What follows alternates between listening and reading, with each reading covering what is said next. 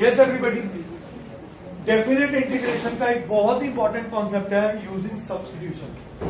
Why this substitution is somewhat different from the substitution of indefinite, because we have to change the limits as we change this variable.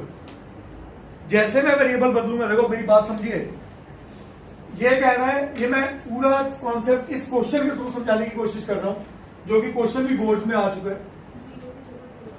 0 की जगह 2 है, sorry पहले भी कर, ठीक है।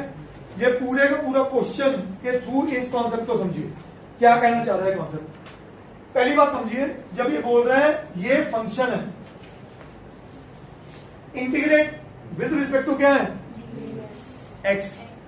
dx तो रिप्रेजेंट करता है कि इंटीग्रेट क्या है, विद रिस्पेक्ट टू एक्स। फिर ये 2 to 4 क्या है,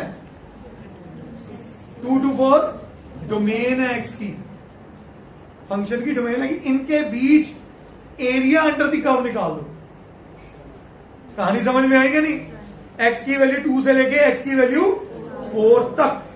फिर सब्स्टिट्यूशन क्या कहती है, आप सबको पता है, इस क्वेश्चन को देखते ही आप लोग ये समझ चुके हो मुझे सब्स्टिट्यूशन करनी क्या करनी है, put t is equal to x square plus, सब ये चाहते हो, ये सब हम इंडेफिनेट में करके आए हैं। तो dt क्या बना, 2x dx, तो हाफ dt क्या बना, x dx। ठीक है, अभी तक अगर आप समझो, आपका क्वेश्चन बना इंटीग्रेशन ऑफ हाफ बाहर dt अपॉन t, हर बच्चा खुश है। अब क्वेश्चन समझिए, ये dt क्या रिप्रेजेंट कर रहे हैं, कि इंटेग्रल हो चुका है विद रिस्पेक्ट टू t। अगर मैं यहां पे 2 to 4 लगा दूं, मेरा क्वेश्चन हो गया गलत, क्योंकि ये लिमिट्स किसकी थी, x की। ये लिमिट्स x की है, पर मैं लगा किस पे रहा हूं, t पे।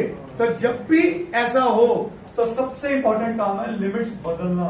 कैसे बदलना है, अब ध्यान से समझो। यार x और y के मेथड करते थे, x है तो y है, linear equations 9th class 10th class. अगर मैं वही चीज देखूं कि मेरा एक x है और एक t है, और ये दोनों का रिलेशन एस्टेब्लिश हो चुका है। अगर x मेरा 2 है या x मेरा 4 है, तो t क्या होगा, जब x मेरा 2 है तो 2 का स्क्वायर 4 + 1, तो t पक्का 5 होगा। और अगर मेरा x 4 है, 16 + 1 17। तो इसका मतलब as I substituted my whole integral from x to t, my limits also changes from 2 to 4 to 5 to, तो मेरी लिमिट्स आ गई 5 to 7। यस सर, पहले t सॉल्व करके फिर उसका x, I never appreciate that, कर सकते हो but it is a lengthy procedure. Substitution में पहली चीज याद रख लो, मुझे लिमिट्स बदलनी है। मैंने पूरा क्वेश्चन, अब देखो इंडेफिनिट में क्या करते थे, हम वापस t को x में लेके आते थे, इसमें जरूरत ही नहीं। क्यों, वेरिएबल में तो आंसर आना ही नहीं, आंसर हमेशा किसमें आना है, कांस्टेंट में।